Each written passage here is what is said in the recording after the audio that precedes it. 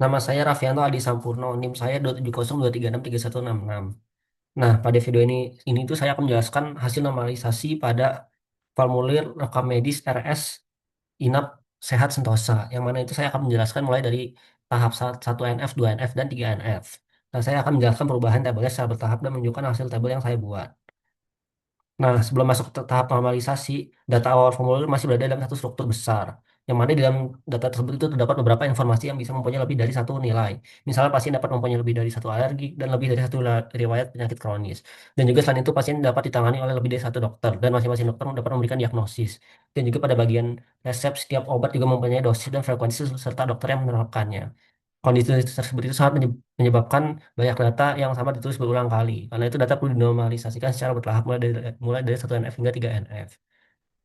Nah, ini untuk 1 NF-nya. Nah, pada tahap pertama itu 1 NF atau first normal form itu saya mengubah data yang sebelumnya berbentuk daftar menjadi nilai yang menjadi lebih individual. Nah, contohnya itu pada bagian alergi. Terdapat kacang tanah dan juga penicillin, yang mana itu keduanya itu tidak lagi dianggap sebagai salah satu daftar dalam satu sel, tetapi menjadi nilai tersendiri.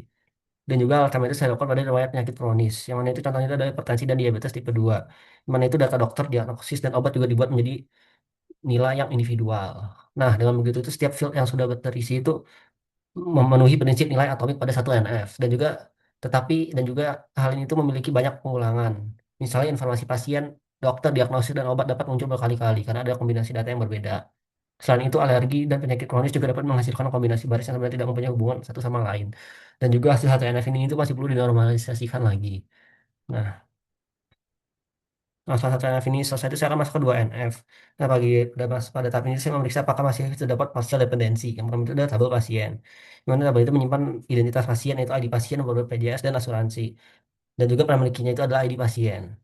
Yang dan untuk selanjutnya itu ada tabel rekam medis, yang mana itu tabel ini itu menyimpan informasi rawat inap seperti nomor rekam medis pasien yang terkait, tanggal masuk, dan bed yang digunakan. Penampilannya itu adalah nomor rumah sakit. Dan untuk kemudian itu ada tabel dokter, yang mana itu tabel ini itu menyimpan ID dokter, nomor dokter, dan spesialisasinya. Dan penampilannya itu adalah ID dokter. Dan juga un- untuk selanjutnya adalah tabel tim dokter, yang mana itu satu rekam medis itu dapat ditangani oleh lebih dari satu dokter. Hubungan tersebut itu dipisahkan ke tabel tim dokter, primary key-nya menggunakan kombinasi nomor rumah sakit dan juga ID dokter. Dan juga selanjutnya adalah tabel diagnosis, mana itu menyimpan kode dan nama diagnosis. Dan juga primary key-nya itu adalah kode diagnosis. Dan kemudian hubungan antara rekam medis dan dokter dan diagnosis dicatat melalui tabel rekam medis diagnosis. Di mana primary key-nya itu menggunakan kombinasi nomor rumah sakit, ID dokter, dan kode diagnosis.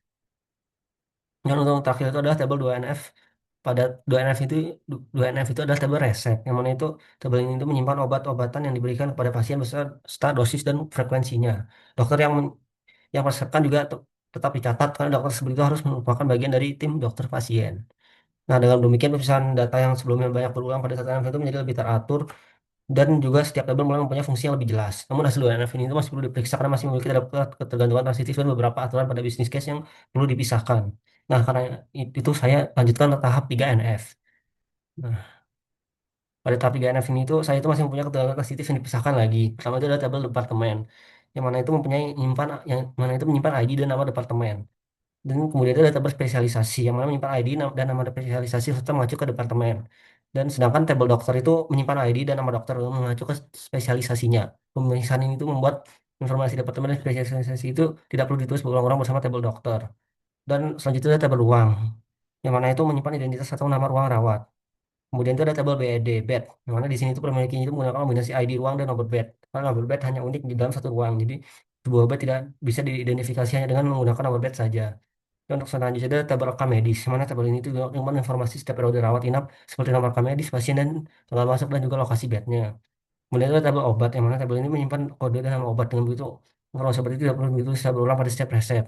Dan untuk tabel berikutnya itu ada tabel resep, yang mana itu menyimpan hubungan obat dengan rekam medis dan dokter termasuk dosis dan frekuensinya. Dan untuk selanjutnya ada tabel alergi, yang mana menyimpan daftar alergi secara terpisah. Dan untuk selanjutnya itu ada tabel rekam pasien alergi, yang mana itu hubungan pasien alergi ini kemudian disimpan pada pasien alergi, yang mana ini itu diperlukan karena setiap pasien itu dapat mempunyai lebih dari satu alergi. Dan juga untuk penyakit berikutnya itu tabel penyakit kronis, yang mana itu menyimpan daftar penyakit kronis secara terpisah. Dan juga berikutnya itu ada tabel pasien penyakit kronis, yang mana itu hubungan antara pasien dan penyakit kronis itu disimpan pada tabel pasien penyakit kronis. Mana alergi dan penyakit kronis itu dipisahkan karena keduanya itu merupakan data yang independen. Dan selanjutnya ada data tim dokter, yang mana itu digunakan untuk menyertai dokter menangani pasien pada satu rawat inap. Nah, pada satu pasien ditangani oleh lebih dari satu dokter, hubungan ini perlu disimpan dan dalam tabel tersendiri. Dan selanjutnya ada tabel rekam medis diagnosis. Yang mana itu kemudian tabel rekam medis diagnosis ini digunakan untuk mencatat diagnosis yang diberikan kepada dokter kepada pasiennya dalam periode rawat inap tertentu. Kemudian itu ada tabel pasien, yang mana itu ada apa? Ada tabel yang menyimpan identitas dasar pasien, yaitu ID pasien, nama pasien, dan nomor BPJS. Dan untuk itu ada tabel diagnosis, yang mana itu tabel diagnosis itu menyimpan kode serta nama diagnosis. Kemudian kode diagnosis ini memakai standar ICD-10, sehingga satu kode itu dapat menentukan nama diagnosis yang sama secara konsisten. Nah, untuk kesimpulannya itu setelah melihat satu F2, F3, F itu data yang berada dalam satu tabel besar itu sudah dipisahkan menjadi tabel-tabel yang punya fungsi masing-masing. Data pasien, dokter, uang, obat, dan bed sudah dipisahkan. Sedangkan hubungan seperti dokter dengan rekam medis, diagnosis dengan rekam medis, pasien dengan alergi, dan pasien dengan penyakit kronis itu dicatat melalui tabel masing-masing. Nah, hasil 3F inilah yang kemudian saya gunakan sebagai dasar untuk membuat IRD pada jawaban berikutnya. Itu adalah hasil tabel NF 3NF yang tersebut yang saya gunakan untuk membuat IRD. Pada IRD ini itu setiap tabel itu sudah punya primary key dan hubungan antar tabel yang ditunjukkan menggunakan Poisson key sesuai dengan struktur hasil normalisasi. Nah, jadi secara keseluruhan proses itu normalisasi dilakukan secara bertahap mulai dari 1NF untuk memastikan nilai pada atribut sudah atomik, kemudian 2NF untuk menghilangkan arsial dependensi, dan 3NF untuk menghilangkan ketergantungan transitif serta memisahkan data sesuai fungsinya. Demikian penjelasan saya mengenai hasil normalisasi formulir rekam medis rawat inap RS Sehat Sentosa dari tahap 1NF sampai 3NF. Terima kasih atas perhatiannya.